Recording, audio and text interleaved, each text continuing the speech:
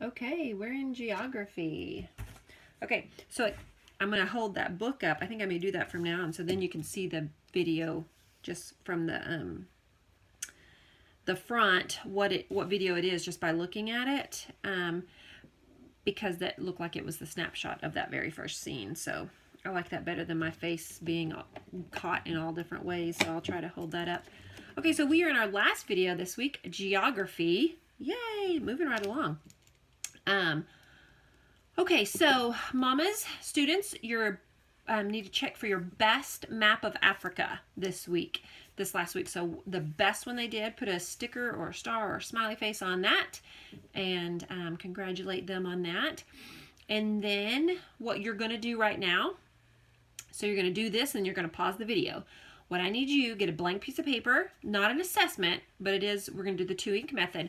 I want you to draw your best map of Africa that includes the northern, the western, and the middle of Africa. Those are the 3 things that we've done these last 3 weeks. The northern, the western, the middle of Africa in pencil, and then go back in a different color of ink and correct that or add to it what you're missing. And that'll really show your mama and you where you're missing parts, if you are.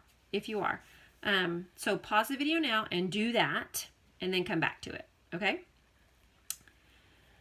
Now, this coming week for week 10, because tomorrow starts week 10, we are in the Eastern Africa countries, the Eastern African countries.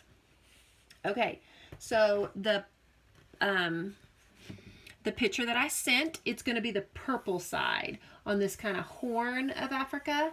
These are going to be our Eastern Africa countries, including Madagascar. Okay, and you're going to have the features in this. It looks like there's 7 of them. We have the Gulf of Aden, Lake Nyassa or Malawi, Lake Tanganyika maybe, Lake Victoria, the Mozambique Channel, Mount Kilimanjaro, and the Zambezi River. So those are going to be our features in Eastern Africa.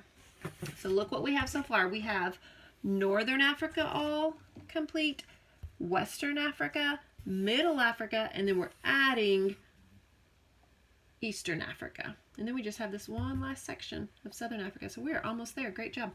Okay, so let's look into our Eastern African countries and their capitals. So we just kind of have a class saying. I'm going to pronounce them the best I can, and just so we can have a general saying.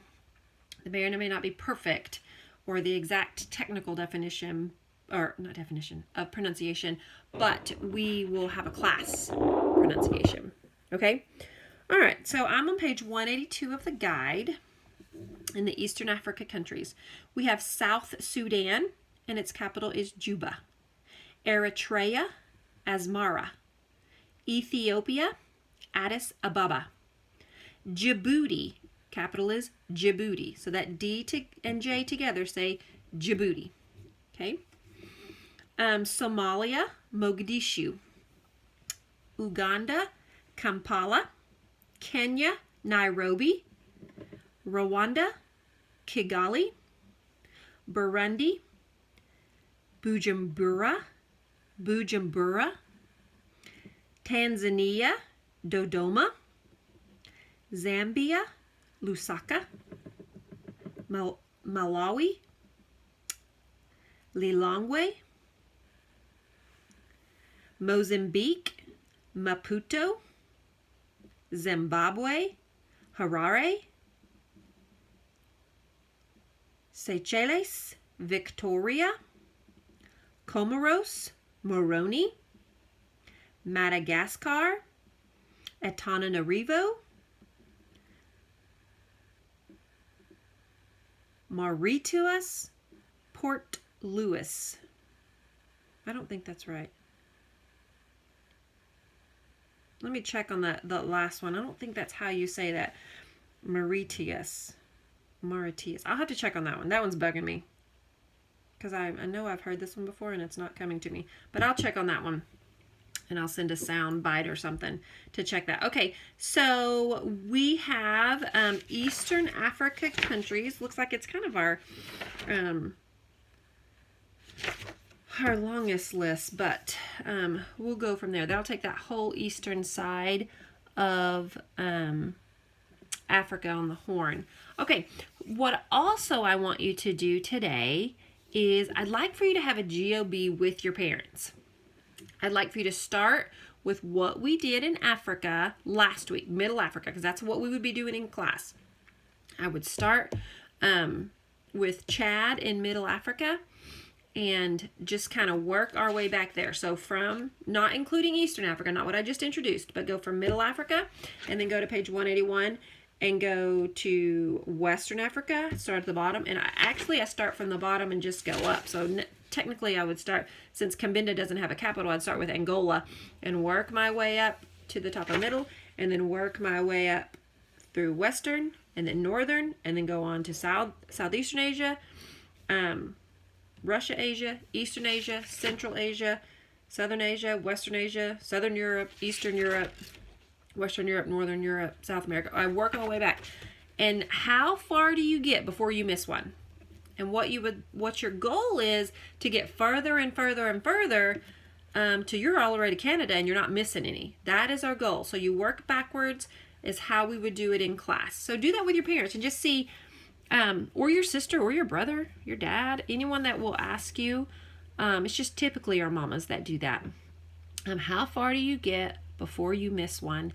And how far can you get the next time before you miss that you just want to get further and further all the way back to Canada? Okay, so this week, like I said, we are in Eastern Africa.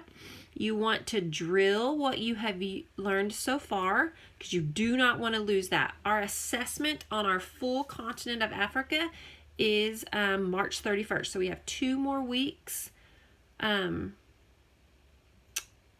before that assessment.